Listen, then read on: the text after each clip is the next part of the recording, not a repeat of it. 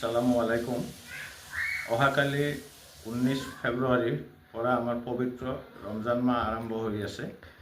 ৰমজান মাহ উপলক্ষে গোৱালপাৰাবাসী ৰাইজৰ লগতে সম্পূৰ্ণ বিশ্বৰ মুছলমান ভাইসকললৈ মই ৰমজান মাহৰ শুভেচ্ছা জনালোঁ।